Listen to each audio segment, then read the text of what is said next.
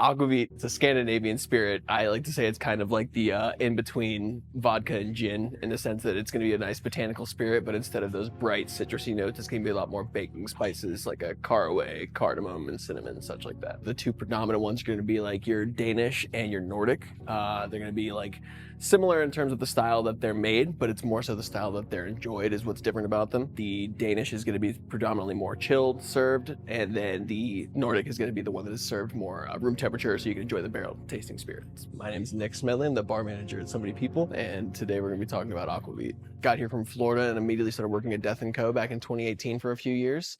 Worked through with a bunch of great people at Brasserie Brixton next door to Yacht Club, and now here we are on Broadway slinging cocktails to the vegan people. It's kind of rude to call it a secondary spirit because you'd classify it with like an orange liqueur or something like that, but I like to think of it like that in terms of it's a foolproof spirit that'll add more baking spice to a cocktail without adding more sweetness to it. Some really fun stuff that Aquavit can go well with. With tequila, like what we're gonna do today, it's because it plays on those like nice barrel tasting notes for like your cinnamon and stuff like that with it. A lot of darker Danish Aquavits, like Lanyap in particular, complement the tasting notes of whiskeys really, really well. And you'll typically see them on a lot of stirred whiskey cocktails. One of my personal favorites is a Lanyap cocktail with dark rum, maple syrup, and egg white. It's a really, really rich kind of fall spice flip cocktail. It's really good. So this is Norden Aquavit. It is a classic, I always mispronounce this, Taffel style out of Denmark, traditional style of caraway. So on the nose, you get a lot more of those like gin kind of notes that you would typically get. Your like citrus, juniper, but that like cardamom and caraway are definitely prevalent.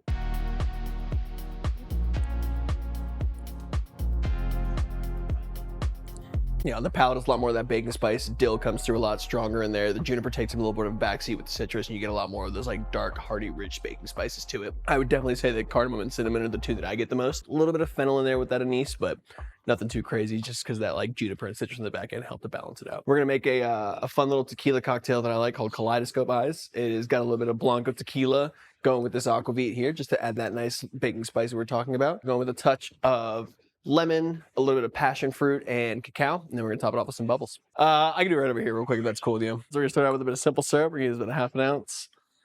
Then we're gonna go with our lemon juice, fresh squeeze. We're gonna do 3/4 of an ounce. Then we got our Giffard passion fruit liqueur here. We're gonna go with a teaspoon. And we're also gonna do the same with our Grove Street creme de cacao, another teaspoon there. And then we'll throw a ½ ounce of our Norden Aquavit.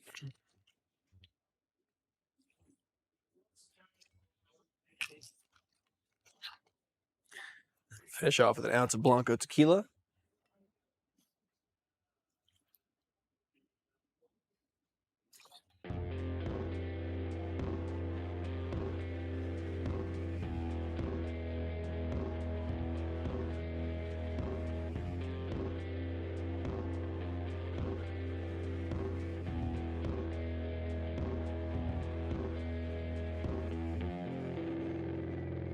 Top it off with some sparkling wine. We have a lovely cava here. Nice to incorporate in there.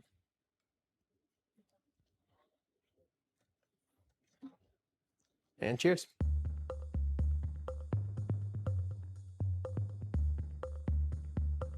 So it's nice and bright. Get some nice, awesome like baking spice from that. Aquavit going playing with the tequila. I'd say a lot more of that cinnamon and cardamom again coming through with the lemon in there to balance it out. The bubbles really bring it up in there. The addition of passion fruit and cacao is really fun because it gets that nice like baking aspect in terms of like a chocolate covered passion fruit dessert. But it's still kind of nice and light thanks to the sparkling wine and the lemon in there too. So it's not anything too heavy where it's just gonna be like weighing you down.